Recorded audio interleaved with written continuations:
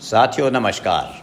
आज हम एक ऐसे विषय पर बात कर रहे हैं जो हमारी विधायिकाएं तथा जनता से संबंधित हैं और वह है पार्लियामेंट्री प्रिविलेजेस। जी, पार्लियामेंट्री प्रिविलेजेस वो इशू है जिसके बारे में हमारी संविधान सभा में बहुत लंबी बहस हुई थी और बहस होने के बाद डॉक्टर अंबेडकर जी का कहना था 3 जून 1949 को कि सदन की डिग्निटी व रेस्पेक्ट होनी चाहिए जिससे कि वो जनता के काम सुचारू रूप से कर सकें। परंतु इसके साथ ही कुछ सदस्यों ने जैसे ठाकुर दास भार्गवा, कामत जी, इन्होंने आवाज़ उठाई कि डॉक्टर साहब हमारे संविधान में प्रिविलेजेस क्या क्या हैं एक मेंबर के, सदन के व कमेटियों के, उनको इसमें दिया जाए।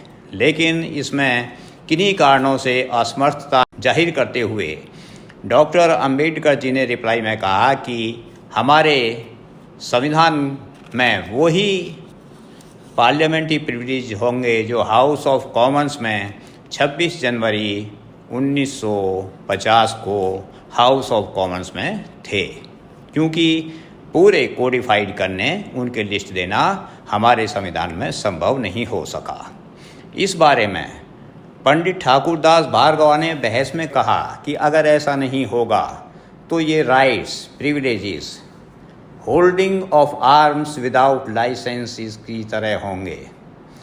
श्री M.A. अयंगर जी ने भी कहा था कि it is a special weapon और इसका बड़ी केयरफुल्ली इस्तेमाल करना होगा। 1949 में ये बातें उन्होंने कही थी। अब मैं जो हमारे वर्तमान इसका सिस्टम है उसके बारे में आता हूँ। जब हमारे किसी भी सदन में ब्रीच ऑफ प्रिविलेज पैदा हो जाता है तो हमें यह ध्यान रखना होगा कि ये प्रिविलेजेस 3 काइंड के होते हैं। Number 1 absolute, number 2 proprietary, number 3 courtesy. लेकिन इसके सामने हमने इनको आगे 3 काइंड्स में डिवाइड किया हुआ है। जैसे एब्सोल्यूट प्रिविलेज को कहते हैं ब्रीच ऑफ प्रिविलेज, उसका वायलेशन। प्रॉपर्टीज़ का वायलेशन होता है तो उसको कहते हैं ब्रीच ऑफ प्रॉपर्टी। और तीसरी होती है ब्रीच ऑफ कर्टसी।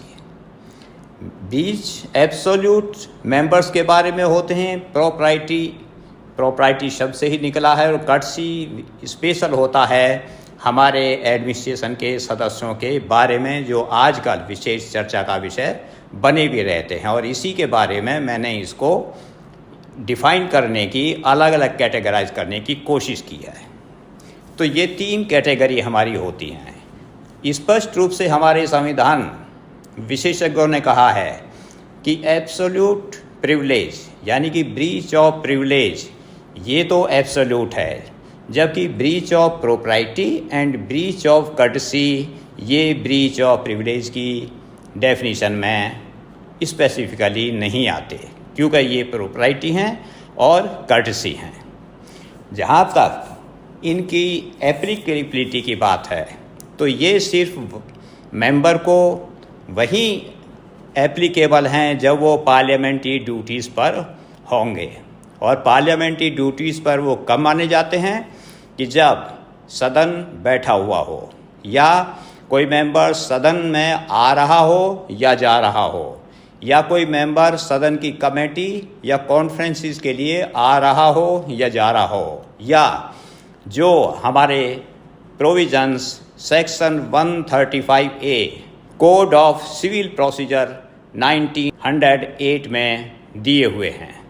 तो इस प्रकार जब कोई सदस्य पार्लियामेंट्री ड्यूटी पर होते हैं तभी उनको पार्लियामेंट्री प्रिविलेजेस अवेलेबल होते हैं, नहीं तो फिर वो ब्रीच ऑफ कर्टसी में आ जाते हैं जैसे एडमिनिस्ट्रेशन के सदस्यों के साथ। तो हमें इन चीज़ों को देखने की, समझने की बहुत आवश्यकता है जब इनको लागू किया जाता है, विशेषकर कि कहाँ पर एब्सोल्यूट प्रिविलेज हैं, कहाँ पर ब्रीच ऑफ प्रोप्राइटी है, कहाँ पर ब्रीच ऑफ कर्टसी है, और इनके साथ क्या ऑनरेबल मेंबर पार्लियामेंट्री ड्यूटी पर हैं। इसके साथ ही बहुत इम्पोर्टेंट बात जो हमें ध्यान में रखनी है वो ये कि संविधान सभा में ही जब कुछ मेंबर्स एडमिनिस्ट्रेशन के मेंबर्स कर्मचारियों के खिलाफ बोल रहे थे, उनकी शिकायतें कर रहे थे, तो सरदार पटेल ने कहा था जवाब में कि हम उन लोगों के साथ झगड़ने की कोशिश कर रहे हैं जिनसे हमने काम लेना है। और ऐसा करके, जैसा कि सरदार पटेल ने कहा था, ऐसा करके हम अनर्थ ही कर रहे हैं। इसलिए साथियों, हमें जहां सदन की डिग्निटी व रेस्पेक्ट रखनी है, वहीं हमने ये भी देखना है कि क्या किसी भी जनता के आदमी का, सरकारी आदमी का जो एक्ट है वो प्रिविलेज के दायरे में आता है या नहीं, वो प्रोप्राइटी में आता है या नहीं, वो कर्टसी में आता है या नहीं। मैंने इसी के बारे में एक किताब लिखी है, आर्म्स विदाउट लाइसेंसेस, और इसमें बहुत से कोट्स भी दिए हुए हैं और सभी लॉ एंड कॉन्स्टिट्यूशनल प्रोविजंस दिए हुए हैं।